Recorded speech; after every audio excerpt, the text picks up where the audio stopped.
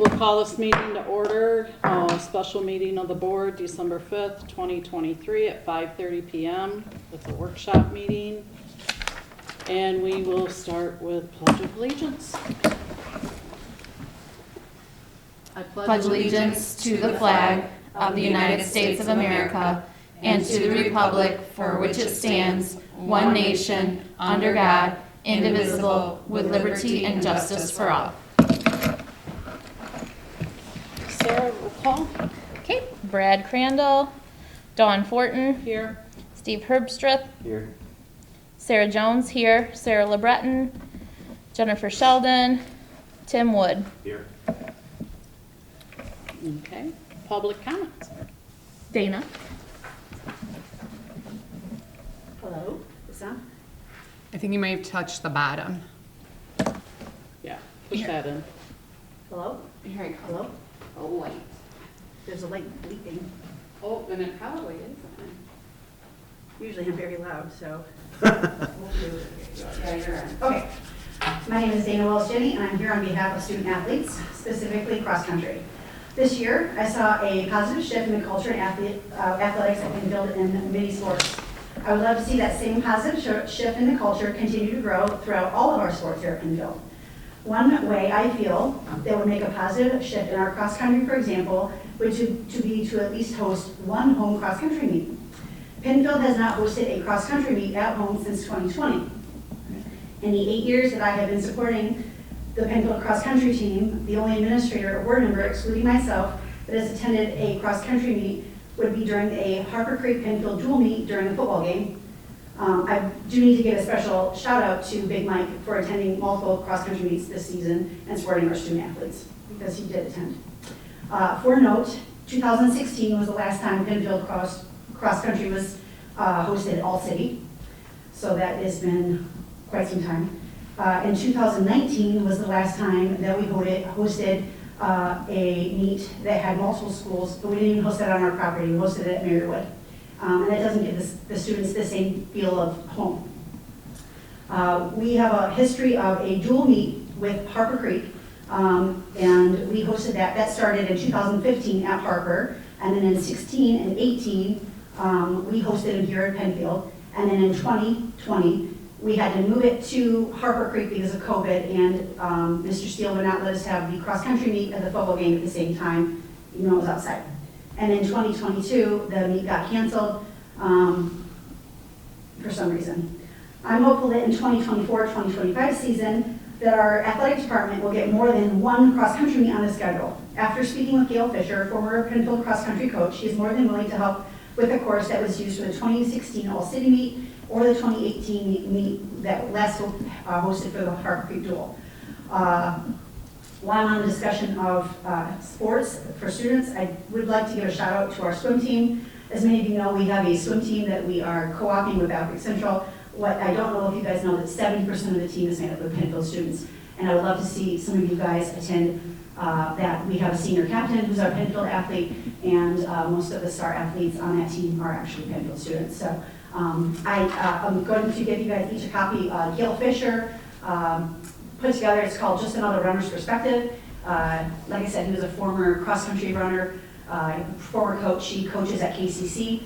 He actually put together this writing, and he shared it to the Pennfield cross-country page, and it's called Shining Bright Under Friday Night Lights. So I'm going to give it to you for, I know some people understand cross-country as a sport, many of you don't. This actually made me weep. It just tells you what cross-country means to cross-country runners. So, thank you. Thank you. Thank you.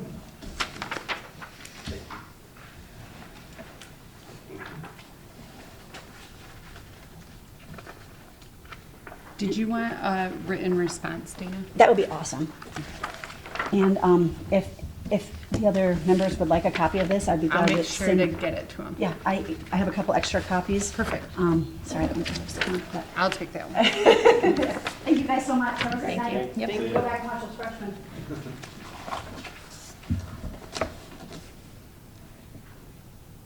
Okay. Consent agenda. Approval of the agenda. Items for approval or discussion. So You just need a motion to approve the agenda. I'll make a motion. Second. All those in favor? Aye. Aye. Opposed? Motion passes. Now we're done. Okay, 7.1, planning for upcoming organizational meeting in January. So, I gave each of you an outline of the organizational meeting as it stands now. This is a template that, oh my goodness. It's got some extra stuff in there. Yeah, I got like totally carried over, and that's crazy. Okay. Because I tried to change in the motions who was voting, and I must have, what did I do? Okay, well, we'll get that fixed. But what I wanted to kind of go over with you, Dawn and I went to preparing for your organizational meeting through MASB in Lansing.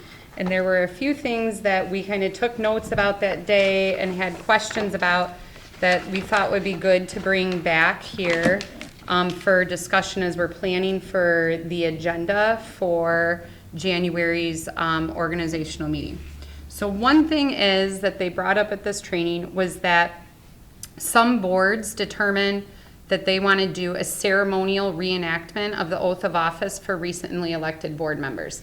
We don't have that this year, but moving forward, if that's something that we would want to do at the January meeting, next year will be an election year. So in November, there would be an election. We'd bring in the individuals to do their oath of office, but then the ceremonial piece is like in January, then you would officially do it in the meeting. And so that's not something I think that has been, did we ever do it that way that you remember? Yes, So we used to do it like when, at the meetings. At the meetings, but at the organizational meeting No, after it wasn't regular. like a big deal. I think we just showed up and started that January? January. And I'm not sure if everybody did it or just the newly elected. When we had elected somebody before, when we had selected somebody, when we called them back, we swore them in like right then in the Yeah. board meeting. That's Oh, the okay. different. In the board meeting? Mm-hmm. Was there a notary at the board meeting? Nope. So that had to be. Probably why it got, And ended up being That's why it was done. ceremonial. Like Yeah, gotcha. So the Prior ceremony. to all of that, so, 2 superintendents ago, it was done in January, At the organizational meeting after a November election. Okay. So is this something that you would like to see us kind of bring back? Because we haven't been doing that since, okay. All right. Okay, so one thing that they recommended is that we, kind of like certain things get reaffirmed at our organizational meeting. So in July, we put out a calendar for like board meeting dates for the next year. But their recommendation would be then that in January, we would reaffirm the dates and add on from January through December 31 next year and get on the cycle of setting those meetings every January. So right now, we set meetings following the school calendar, which is July 1 to June 30. that just changed. We always did that in January. January. Okay. So That makes sense. January. I Okay. think like do that in January, maybe revisit it in July Okay. to confirm for the rest of the, Okay. And then we, in the last organizational meeting, we did not have a couple of things that they had recommended, which was, so determine and reaffirm the dates and locations of the regular board meetings. We do that. The designation of the person responsible for posting meeting notices. That was one that we did not have. So that's one that I can easily add in here. And then the other is the process for calling a special meeting. I added that in here already, but that's not one that we had last January in our organizational meeting. So do we need to have a discussion on who should be the person responsible? It's typically me, so it's me or the designee out of the superintendent's office or the secretary's designee, which, would be if I had an assistant, my assistant, or myself. So the way that it typically works now is I generate a posting, for a special meeting, I email it to April and Kathy, but Kathy's retiring, so it'll be Shar. April posted on the website and on social media, and then Kathy posts it on the door at the middle school. And we don't, outside of like the physical posting of it, we don't post it anywhere other, well, the only place we're required to post it is outside of my office on the door. And then we do also on the website and on social media as well. Does that seem, okay, so we'll reaffirm that. And then,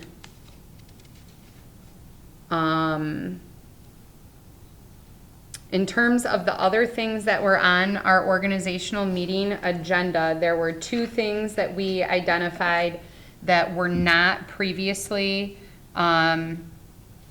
in our organizational meeting agenda from last year, which was one, the designation of the board's insurance agents.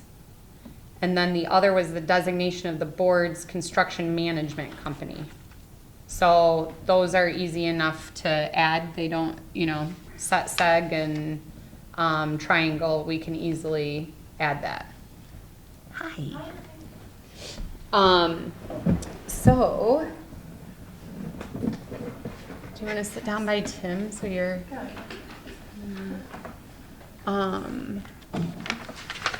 Are you writing the note? Yep, I got it. Thanks. you want to pass that down? And then, they have another copy of the January 5th, but.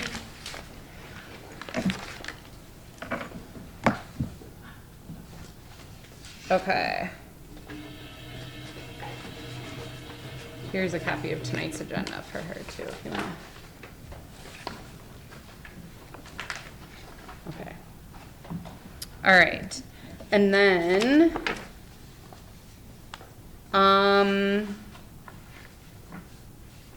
something that we had discussed when we were at this training was, and it's been brought up a couple of times, but there just hasn't really been much discussion about, was assigning building liaisons. So some districts at their organizational meeting will vote on, assigning, like, for example, like maybe Sarah LeBreton is the board liaison to Dunlap, and Tim's the board liaison to the high school, and I'm just throwing out a scenario. And then the idea behind having board liaisons to the building is to not only increase the board visibility within the buildings, but when there's like special things going on, like positive behavior supports assembly or winter music performance or something like that.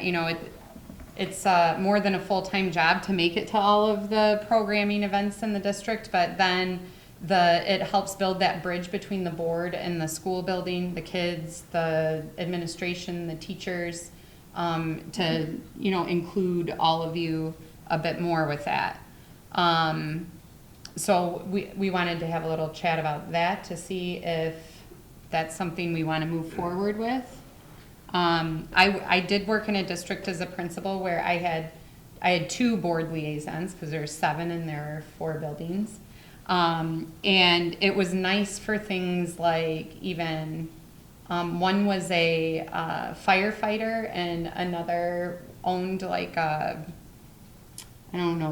car rebuilding type of, it was nice to make those connections with kids and bring in programming to the school. And, if the first day of school, to have them there to see all the happy faces coming into the building, those types of things. So I don't think it would necessarily add a ton more to everybody's plates, but could fulfill a good faith effort to. So in the past, did having an assigned liaison was there problems with kind of the chain of command, parents going directly to the board versus their principal or something like that? Well, I think it definitely is, you know, something that would have to be revisited, right? Is what is the chain of command? And that's kind of part of like the new board member onboarding too, is, you know, the difference between talking as an individual board member versus on behalf of the board. And really the role of the board liaison is more or less the bridge between the staff and the board and not so much the parents. And in our board operating procedures, I think that we pretty well laid out, you know, what that communication looks like, that it's okay to listen to concerns from your constituents and talk to them about those. But then, you know, being able to redirect to the teacher, the coach, or the building principal, and not, you know, necessarily inserting yourself in that spot. But I think it would be something, you know, that we just have to continue to revisit. Okay.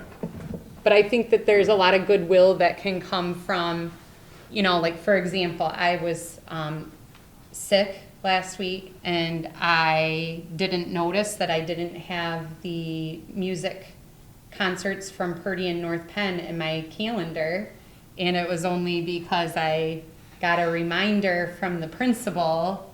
You know, one way that I can strengthen things then at the very least is working with the administration to say, hey, make sure that your board member liaison knows about those big things at the beginning of the year. It's like just another check and balance, and not that you have to be at every single thing, but it just, I think, helps make us stronger and improve communication. And then, like, you know, if you want to stop by with a dozen donuts, I'm sure nobody would complain. That would be more than a Need dozen. more than a dozen. That That's would what be I was thinking. I Show me my Donut 12 favorite holes people. that Yeah. go farther. I like that idea. I mean, it's a good way to take a step forward with building those positive relations between, and like, you know, obviously you're working in a school environment, so your ability to do things during the day is going to be more limited. So we could be strategic about how we partner up, you know, liaisons at buildings so that we've got a nice balance if a board, you know, if they want the board member support. Okay, I'll work with Dawn to come up with a plan for that, and we'll add that to our organizational meeting.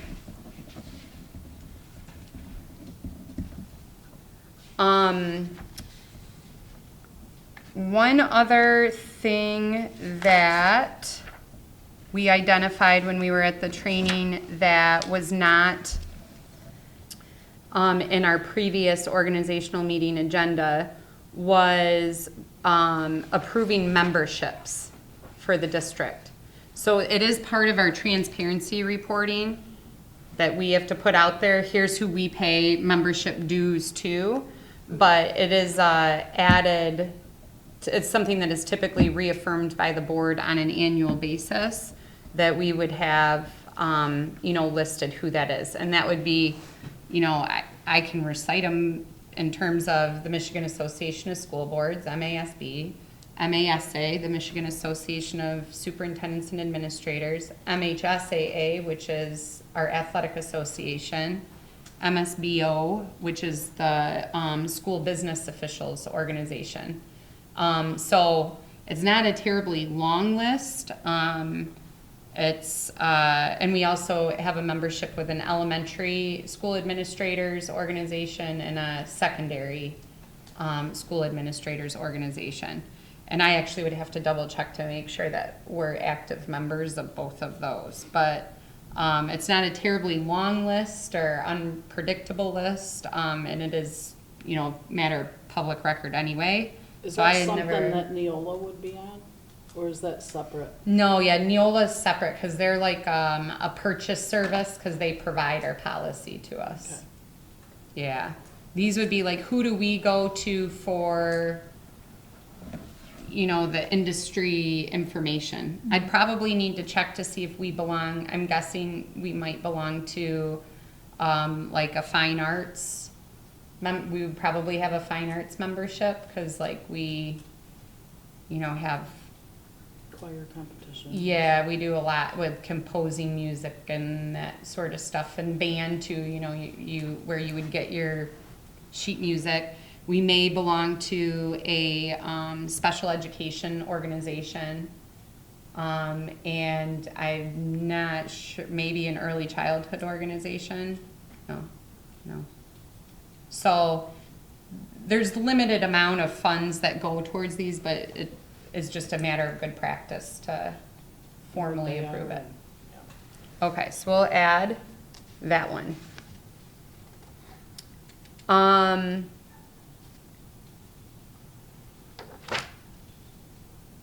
In terms of our student representative, so you saw at the last meeting that we have our student representative that was voted in by the board as a sophomore last year. She's ready to get started working alongside of Cadence and getting trained in that lead student representative role, and she'll be a senior next year. So the idea that we had worked on previously was that this would be about the time of year where we would get that application out for one sophomore, or as many sophomores that would like to submit an application to do that for the January meeting, and the board would select that next student representative for the 2-year term to onboard them. Because what I learned in working with Natalie was that second semester of your senior year gets a little hectic, and it's all your lasts, and so that was kind of one of her parting wishes, was that we had started that process of shifting responsibility a little bit sooner. So if everyone's okay with that, I'll go ahead and get the application out for the sophomore class for anybody that wants to run for the seat. Okay. All right. One other thing that I thought was interesting is, so I always thought you had to run your organizational meeting and then like adjourn that, and then you could start another meeting. But I learned at that meeting that we went to that you can put other business items into the organizational meeting. So what, if there is other business that we need to conduct, our current agenda has, our items for approval. And I think maybe it would make most sense to put like items for approval for organization, and then the next item be items for approval, regular business. And that might just be a good way to distinguish it, so, 'cause there are a lot of items on there. So I did look up in Robert's Rules of Orders, which we don't like, that isn't our formal governance structure, but we try to follow it. I did look up there and noticed that it is okay, like in some of these instances, because there are 19 items on the organizational agenda for things that are like, some of them might not need to be individualized. Some of them could be part of a consent agenda, or could be a broader thing like, approving a couple of them together. In the past, has it been past practice that the board has individually gone through and approved each one of these? Yes. Individually? Okay. So we just need to be prepared that there will be a lot of motions and seconds and all of that. Well, like you were saying, is there a way to do it kind of like a consent agenda for the people that we do business with every year? Yes. And just have it written that way? And have it Just- written out and scripted so Yeah. that it's a matter of public record. Yeah, we can definitely do that. Things like our legal counsel, our auditor, our construction manager, our architect, A lot of the signature things. the signature things that don't change because there hasn't been a change in personnel. we can put those in there with more descriptions so that it's not, everybody's head spinning after a little bit. And then we'll separate out the things like the, reaffirming the dates and locations of the regular board meetings, the committee assignments, some of those things that have significant changes to them so that, those stand out a little bit more. Okay? And these, maybe when we, post the agenda, Yeah. maybe have who those persons are. Mm-hmm. And so then if anyone has a question about anything, they could take care of that ahead of the meeting. Yeah. Public or member could look at that. And, then at least when they go on to look at it, they know who those, designated people are. Okay. Perfect. Is everybody good with that? Mhm. We're ahead of the game because that's not till January 16th. So it's cool to like It'll be plan here ahead. faster than you know. Yes, it will be. It'll be the blink of an eye. Okay.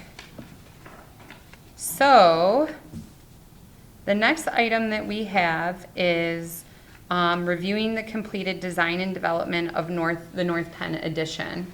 So back in, when was that, Tim? What month is it? November?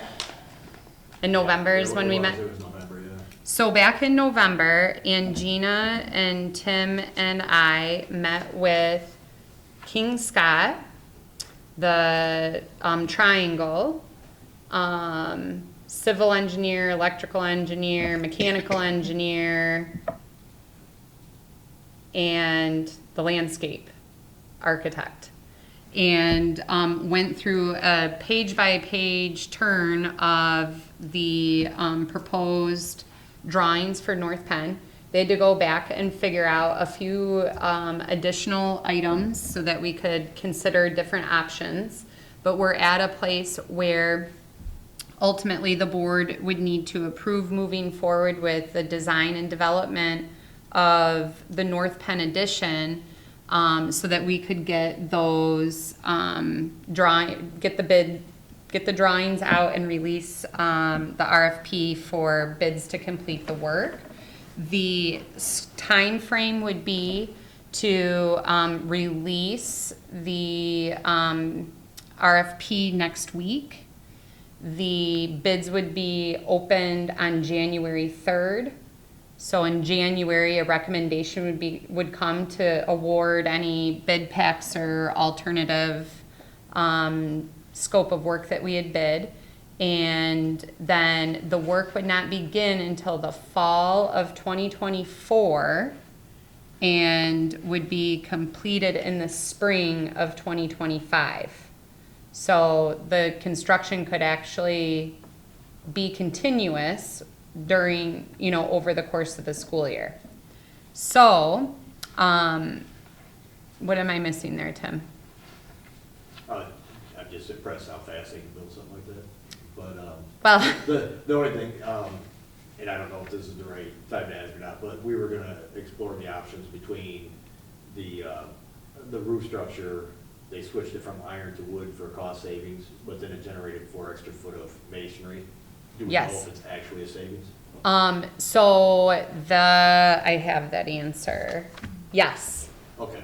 Yes, Perfect. but what we decided is to go out to bid that we were going to do have both scenarios bid on, so that we can compare. Okay. And the same being true with the masonry versus an alternate material of a combination of facade and masonry. Just because we know based on last year when we went out with this awesome drawing, right, to do the mechanical at the middle school in Dunlap, that was kind of a jaw dropper when it came back 3 times higher than what we had budgeted for. So you know, the good thing about the design of the 6 classroom addition is that it's rectangular. We're not looking at doing anything octagonal or with odd angles on it. So I think we're able to get the most bang for our buck by doing that. Be able to make it like uniform with the rest of the building is ultimately, I think, the nice part of it. It doesn't look like you've got like a pole barn attached to your school building. They did a nice job of designing it so that it blends well with the building and can be completed without interrupting the day-to-day operations of the building while it's being done. Are there any questions about that? Did you have the drawings? I do, they're over here. So does everybody want to take a look? Sure. Okay.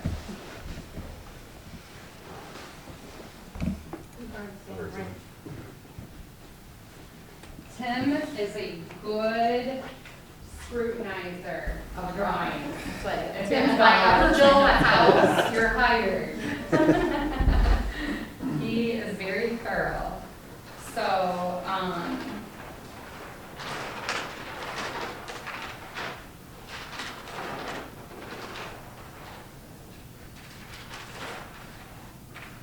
okay, so basically this right here is showing. Do you guys want to see this? So basically, what this is showing right here is a survey of the land of where we're going to be constructing this. And the reason why they have to look at the survey is because they have to look at, like, you know, soil quality, all those sorts of things. And and looking at like the grade of how things drain the road and all of those sorts of things before you go and put, you know, a big old structure. So this is a survey that was done prior to 2020 when the bond was So passed. show me which, this Foreman Road. Right here. Okay. Yep, That's the school. Yep. yep, yep. Okay. All right. So then, I mean, this is real exciting. We'll get to the good stuff here. So then they have to look at where we have dry wells located around, right? So you never want to go putting an addition on and then all of a sudden having a big flood because you didn't, you know, account for the runoff of water and all of these sorts of things. So that's what that is. All right. So then what we're looking at here is a pretty simplistic. This is the existing building. This is where the addition would go. And so there's parking back here. So to extend that, add additional parking, it slightly adjusts the drop-off loop to account for those additional parking spots as well. And so it's basic. So they won't be able to attach the loops? Well, this right here is a student sidewalk. It's a walkway for kids.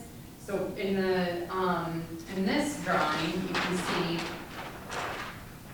this right here is like a blacktop. There's like a 4 square pit, I think there, right, that the kids play on.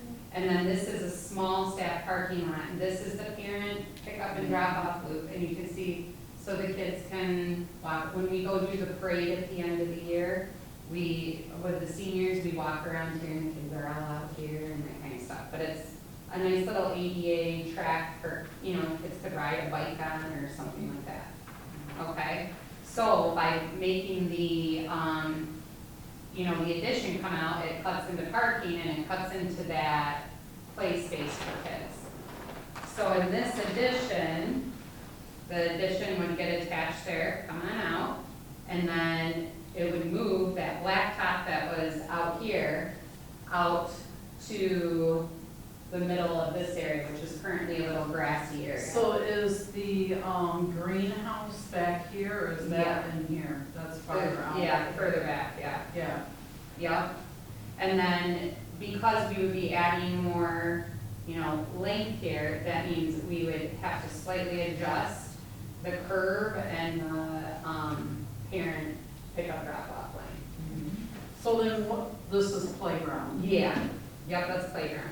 So this would just allow us to still have, and what they drew in the design we'll get to is like a basketball court and a 4 square court Thingy.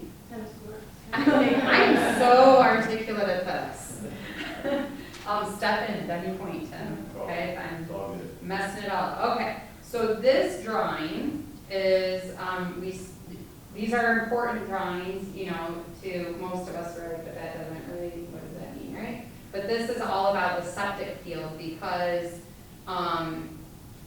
you have to have enough drainage, you have to have enough underground sanitary to handle the additional load of waste that is coming through. So that all has to be designed.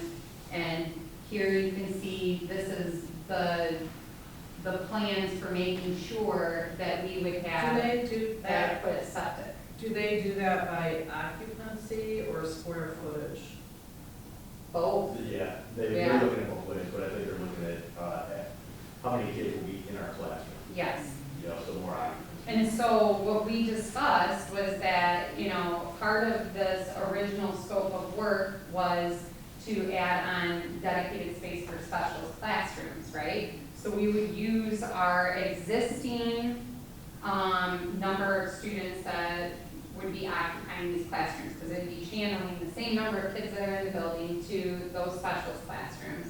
And then potentially adding on, you know, one could be a special education classroom, one could be an additional section of first grade or something of that nature. So we went with a range of students, which was the existing, with up to an additional 80 students. 80? Mm-hmm. That's what I was wondering. So that it's designed adequately if we Yeah. grew. Okay. Yeah. And 80 is approximately 3 to 4 classes? It'd be like 4. Mm-hmm. And how many classrooms are they adding? 6. Okay. Yeah. So, And so- with that, just thinking in the future Yeah. of any type of change that changes happen, Mhm. right? So, let's say we needed to put 100 more students, would we not be able to because of? We would be able to, because we had them design the septic for up to X amount more. I think we did based on a maximum capacity of 25 per class. That was the math that we used. Not that we do that. But if we, all of a sudden enrollment exploded, you Or know. if you wanted to put a, preschool or what? Yeah, yeah. Just a question, answer, like, when they're doing this, so it's gonna start with schools and they're like sound thing there that they're gonna put in. So yes, so there's a temporary wall, like a sound barrier that gets built, right? So it, you know, this would all be barricaded off like a construction zone, and that was kind of one of the things that they looked at in terms of where windows and bathrooms would be put in as well, because in terms of, those are the parts I think that may potentially cause more of that long-term noise. So you'll notice that where the bathrooms and sinks are off that far edge of the building. And there may be, you know, based on when they start or that scope and sequence, I can tell you that in my previous role, in my previous district, we rebuilt an entire wing, and in terms of like the construction of what's considered like the storefront, so like the walls, the windows, it goes fast. So it's not like you're hearing weeks and weeks of drilling. And in terms of masonry, it's not the same as nails pounding. We'll just, you know, there's a little saw work. Figure out But like something, but I mean, that's the big process. yes. Yep, so,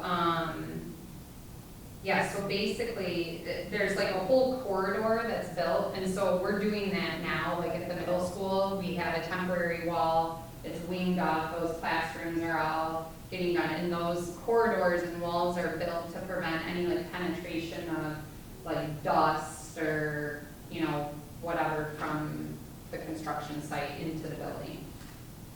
I'm gonna run the rest of the room. All right, you're loud.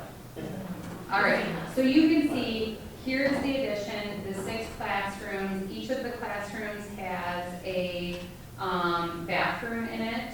It has the same sort of technology, like the ability to cast up on, you know, the teacher workstation has, in each of our classrooms, there's 2 places that you can cast from easily, so it'll have standardized technology protocol. They standardize the cabinets, the casework to look like it does in the other classrooms. There is cubbies in each of the classrooms along the back wall, and then there's like an island with cubbies as well. So that in the rest of the building, those are in the hallway, but in these new classrooms, they would actually be inside of the classroom. So there will be no other bathroom besides those bathrooms in the classroom? Correct. So each classroom, and that's pretty customary for lower L, early L buildings, that the bathrooms would be in there. There So is we a would game only bathroom. Yeah, this one here. Yeah, there is a game bathroom that is. I'm just there. thinking like if we have like a fun fair or Yeah. science night or something like that, Yeah, you know, where maybe you would have that in the gymnasium and you don't want everyone in the classrooms. Yeah. so, yeah, so they would have access to, they'd have to squat in the toilet. Yeah. Or Or support agenda. yes, yeah. Here's where we get into the roof plan. So, Tim has lots of inside knowledge about grades and heights and how that impacts cost. So that was where his question came from, that they priced out, and looking at using the material that's used to build the troughs. And, you know, it has been the case, I'm not sure where we're at right now, we'll see when we come back from going out to bid, that the, getting the steel troughs or iron troughs, that takes a lot longer than using wood.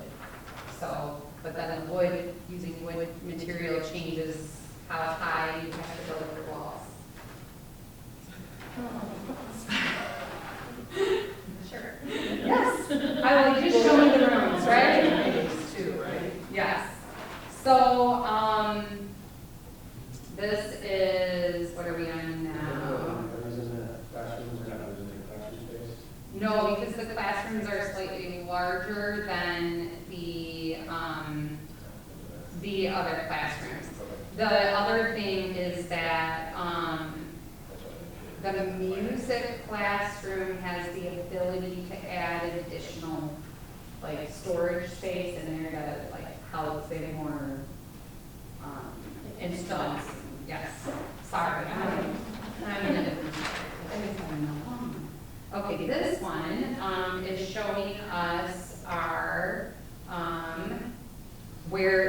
so based on the design of the classroom, there's 2 potential, like, ideal teacher workstations, and so they'll be set up to have them in either part of the classroom, so the teacher would have some choice or flexibility in where their desk went, and so that they would be set up similarly to how other classrooms are, with like a short throw projector and the things that the teachers are trained on already, so it wouldn't be like, now I gotta learn this whole new way of how I'm gonna incorporate technology. It's also designed out for us to have security cameras. That's one of the things that we're working on currently with our safety initiatives, is expanding the number of cameras that we have in all of our buildings, but in particular our lower elementary. So that's all designed in here as well. One other thing to note is that the bathroom is separate from the sink and bubbling, you know, the drinking fountain station. So you don't have to worry about kids putting soap all over your bathroom floor. Go find it, I guess. This is just looking at, there are, so the restrooms are like ADA accessible, which is a positive. Also, there is a IT closet that's in the hallway. There's not an additional custodial closet, because the custodial closet is kind of like at the hub of where the addition and the older part of the building come together. But because of the additional, you know, IT infrastructure, potential, like needing Chromebook cards nearby, that sort of thing, because the littles aren't sitting on their computers or carrying them from class to class, or older kids. This is just looking at flooring. The flooring is going to match the rest of the building. So do they put carpet down?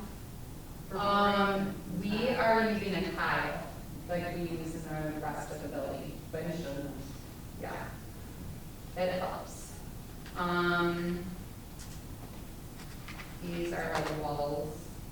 Okay. And so bad, I'm gonna camera thing. These are like walls. Okay, you have every right to make a meme of me. Okay. Doesn't she look smart? Okay, so this is the exterior part of the building, and this is where I kind of had brought up to them, looking at, and one thing to know about masonry is it's not necessarily the easiest thing to match completely, because batches of bricks are made, and then 20 years later you can't get those bricks. And I do have a little experience of brick project going kind of south, because you know, you can look at all the samples in the world and be like, yeah, that looks great. But then when it started getting put up, it was kind of troublesome, because like the columns on our building and the new masonry weren't really compatible. And that's where we started, and the cost of masonry is much more. We looked at how we could blend another type of material to make it all pop and come together.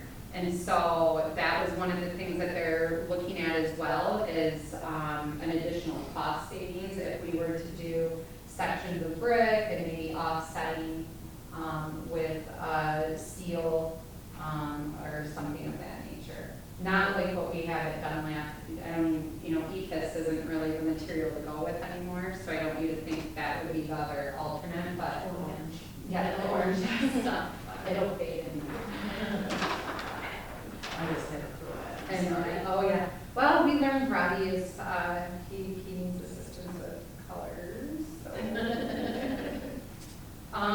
Okay, so, windows, the design of the windows are similar to the rest of the building. I think that it all looks like it flows together well. And then, Those recommended with the safety stuff. yeah, yeah. Yeah, and, but that's where, you know, us implementing things like we putting the film on. You and can making see it- out, but they can't see in. Yeah, all those things we can put those things into place in terms of tinting and, films for protection and those sorts of things. This is like things like details. Details and window types, doors. Which are very important to a builder. Yes, yes, so that we get accurate pricing, for sure. These are the frame, aluminum frames for the doors.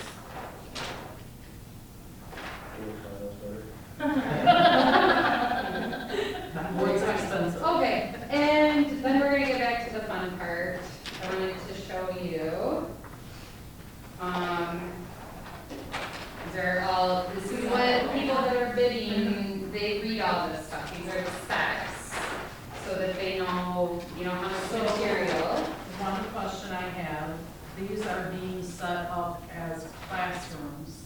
So if we did not need all those as classrooms, can it be set up for music or for? So, yeah, one of them is set to be a music room, one is set to be an art room, and then 4 could be classrooms.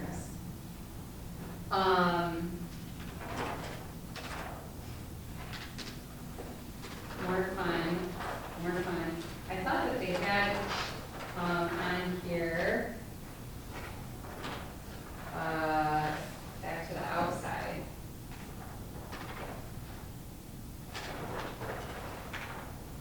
More on HVAC stuff. Do you have horizontal? You have a horizontal unit ventilator. Yep. Okay, so in these, in these classrooms, there will be vertical unit ventilators, which means that the heating and cooling is going this way and well, so the casework will look slightly different from the other classrooms, but other than that, exhaust fans. So will teachers get to put their bid in for any class? Of course, you guys will open that. So what do you think that don't want to move to? Yeah. Yeah. Okay, this is the electrical, the lighting, all of the lighting will be like, upgraded.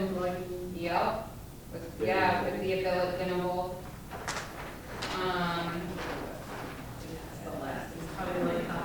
these are, sorry, it's getting a little heavy over there. This is all electrical. This is technology, where the projector would go, where the Wi-Fi would be placed. And there's been a couple of other meetings that I've sat in on with technology people about making sure that we have, the bandwidth, the fiber, the.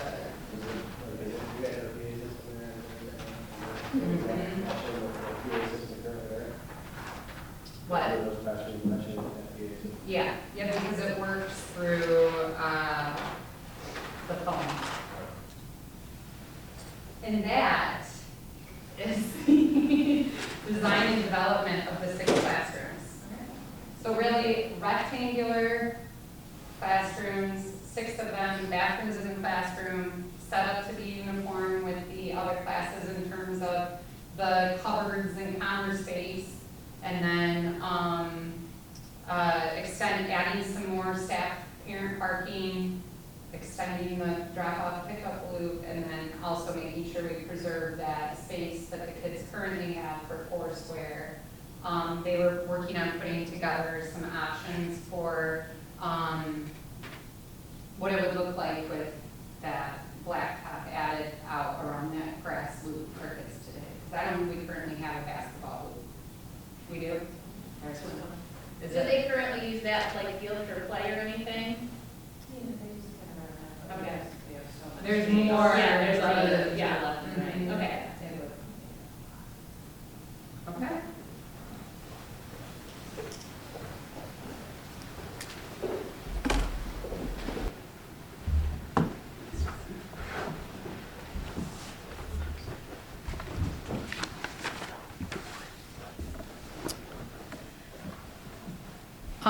So the next thing is, on the agenda is a stakeholder survey regarding the financial feasibility study.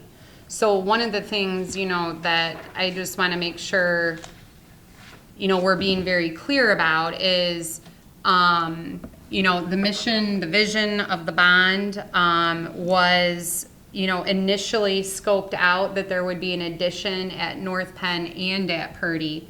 By doing one addition of 6 classrooms, we're still accomplishing 6 classrooms, but we're actualizing about $1 million in savings by doing that. And that's separate from any sort of reconfiguration, any sort of expansion of programming. And I just want to make sure that that is, super clear, that there's a lot of stakeholder input that we'd like to gather information around to help guide any proposals or recommendations that are made to the board about reconfiguration. Allowing for a 6-room addition there, still, there's plenty of proposals that we could potentially brainstorm that still align with the strategic plan and where we're headed as a district, and I think that we need to be thoughtful and have ongoing communication and conversation before making a decision about that. One of the things that I encourage you to do is to talk to your constituents, your elected officials. You represent them. This is a topic that I think people will have opinions about. I was reading recently how a neighboring school district, they're going through a similar consideration of reconfiguration. Due to declining enrollment, they had to close 2 of their elementary buildings. And so they put out a survey of 2 different proposals, And then the community rank ordered, you know, they liked this one number 1, this one number 2, this one number 3.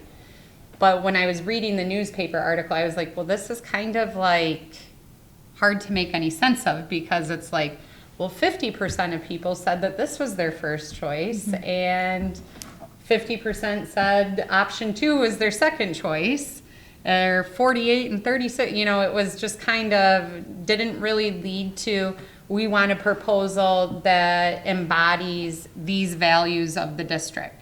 So what I want to work to do is release a survey to our constituents that would allow for them to tell us what type of value they place on different types of programming.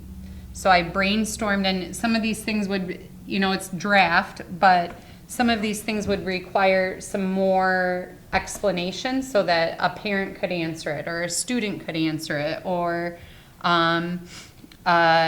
staff member could answer it.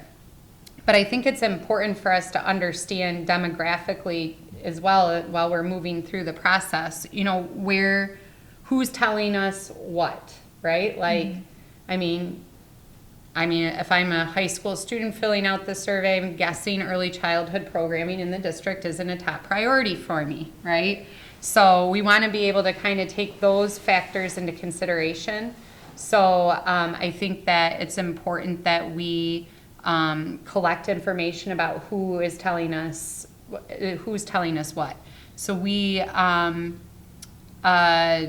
want that information. We also want to know what building or buildings the parents' children are attending, or if you're a staff member taking the survey, which building do you work in? You could work in all of them. And then give the opportunity to rate the following things. And what had been brainstormed was early childhood programming being housed in Pennfield schools, before and after school programming at Pennfield schools, all students in one grade level being together in the same building, following the Michigan State Police school safety guidelines. And specifically there's information in those guidelines about, you know, having proximity to main campus, having a reunification site located within the district, like a physical building. You know, there's certain things that we could take into consideration based on that, and we'll elaborate more. Access to advanced coursework, access to remedial coursework, access to a variety of elective courses, vertical alignment of curriculum, so that's K-12, horizontal alignment of curriculum, so that's across the grade level, and then alternative education programming and community education programming. So I would welcome any input that you have. This is just draft. Some of the things I was kind of thinking just as, you know, probing questions for you are, do you think that we should customize surveys based on building or stakeholder group? Or do you think that we should administer the same survey for everybody but have enough information to disaggregate it if we need to? I wondered if it would make sense to have a separate survey for the students. Okay. Just because, you know, what you were speaking about, some of it was more about the kids and some Yes. of it Also, they would not really know. I'm noticing one group not included on here. It mentions the bond at the top, but we don't have any place for people that voted for a bond but don't have a student or an employee in the community survey. I know when you have a survey though, if you make it too narrow and people feel like you can identify who you are based on what group you're in, you're maybe not as willing to take risks and be as honest with feedback. So you don't want it to be like so narrow that you can tell who took that one. And that's why we went with the Likert scale of like, this is highly important to me, maybe I'm neutral on this one, or this is really important to me, rather than a yes or no. Right. But I don't know. I think like one thing I want to make sure of is as we're looking at different types of scenarios or proposals, that nobody is left out, you know, like how could a decision impact the food service department or the transportation department if we know that they didn't participate, but we might want to know that so that we can follow up. Well, could you do a survey where they just list their, attachment to the district? Like, I'm a grandparent, I'm a residential grandparent, I'm a non-resident grandparent or parent or guardian. You know, I'm staff, things like that. I'm currently high school student or whatever. I mean, if you're opening to students, is that K through 12 too? That's something else. Like, where do you break the line So for input? what we Student had input. what we had discussed was it being most appropriate for 6-12 students to provide. That's where we get into more of like the elective courses and access to different types of opportunities. But I mean, certainly we could look at accessing student voice for younger grades in a more developmentally Yeah, 'cause my appropriate thoughts way. is, you know, these are the children that just went through these buildings. So they have a valid input of what they maybe had that they don't want to lose or wish they had that they didn't, you know. So I do think that it is important to have their input. Not that the younger students' voices don't matter. Right. But we would have to make like a much smaller, simpler, I think you know, the- like focus it on a couple of questions that we think would be really good to hear from the kids. I'm looking at you two going like, you want us to explain a survey? That's why I think it should be teacher designed.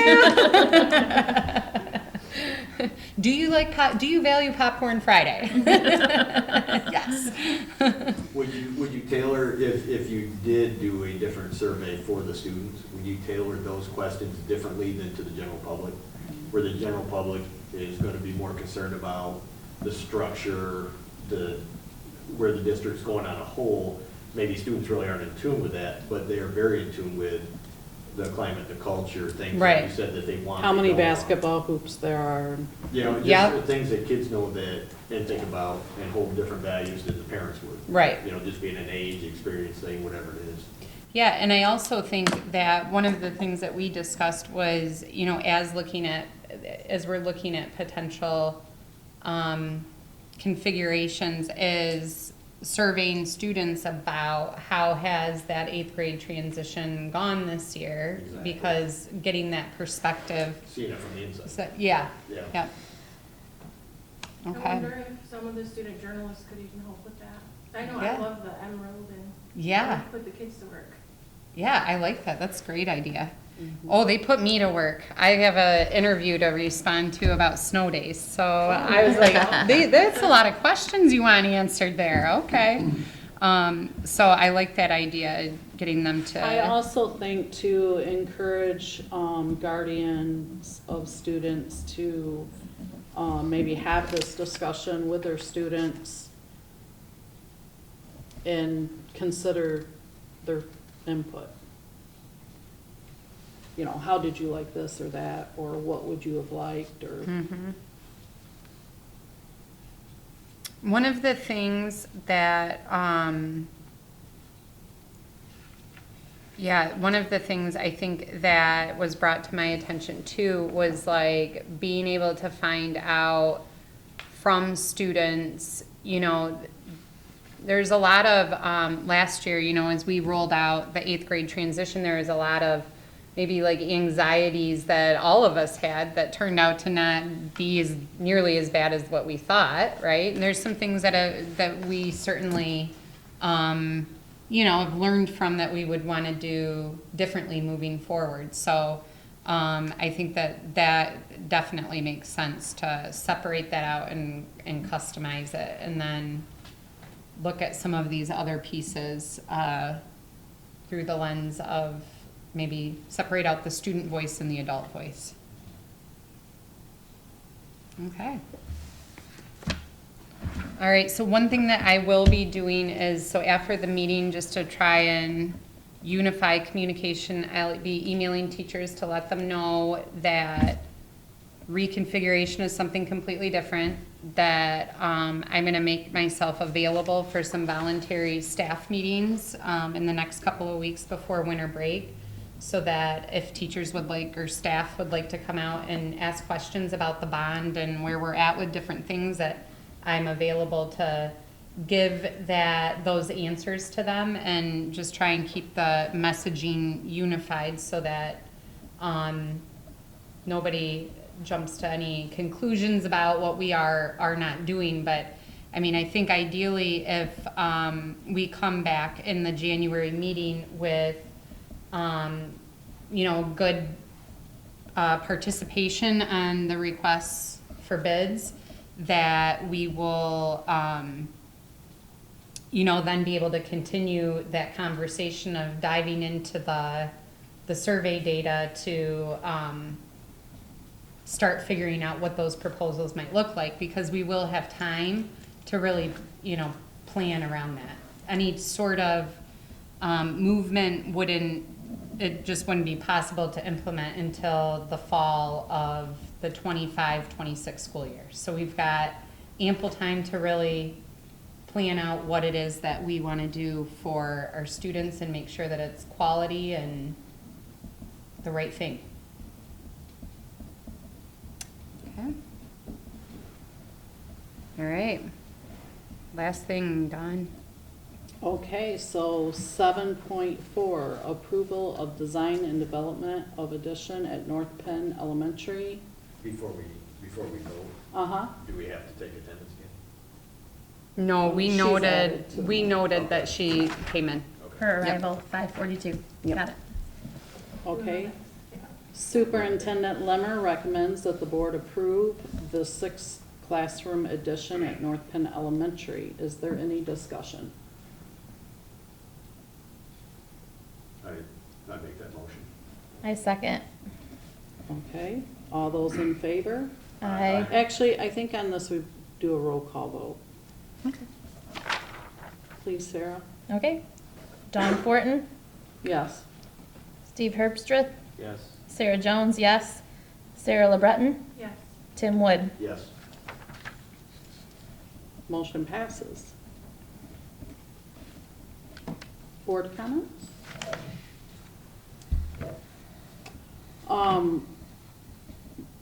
I have a comment. I just want to, send my regards and thanks to King Scott for their hard work, and you and your staff to achieve this goal of the district, and to remember that we all have our ideas, but we have teacher input, staff input, and student input, parent input coming, and that these people are very well trained in what they do. I mean, because we always, even I am guilty to think, well, that could have been over there, and just to remember that they've done this work across the nation and state, and keep that in mind. Positive thoughts go a long ways. Absolutely. Thank you. Can you adjourn? Meeting adjourned. Make it stop.